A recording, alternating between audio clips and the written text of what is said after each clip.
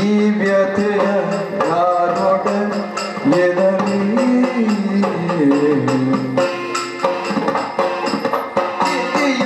ನಿನ್ನ ನಂಡಿದು ಜೀವಿಸಲು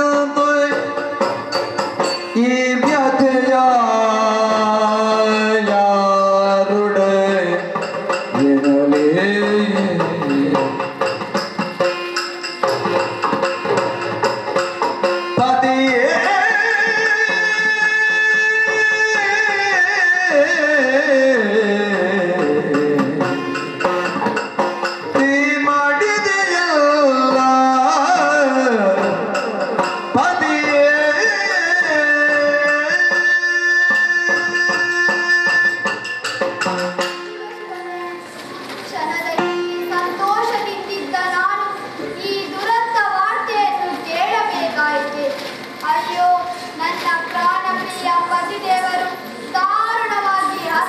ಎದಲೇ ಕೇವಲನಾದ ಯಕ್ಷನೊಬ್ಬನಿಂದ ನಮ್ಮ ದೇಹಾತ್ಯವಾಯಿತೆ.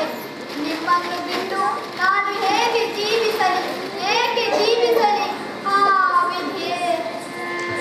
ಅದು ಬಲವೇ ನಿನ್ನೋ ಸುಮನೆ, ಅದು ಫಲವೇ ಸುಮನೆ.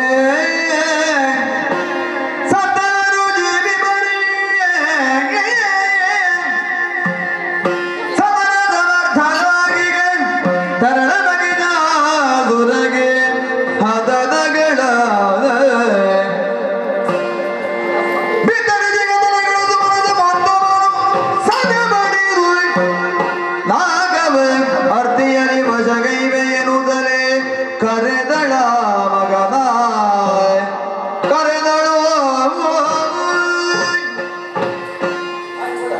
ಚಿಂತಿಸಿ ಫಲವಿಲ್ಲ.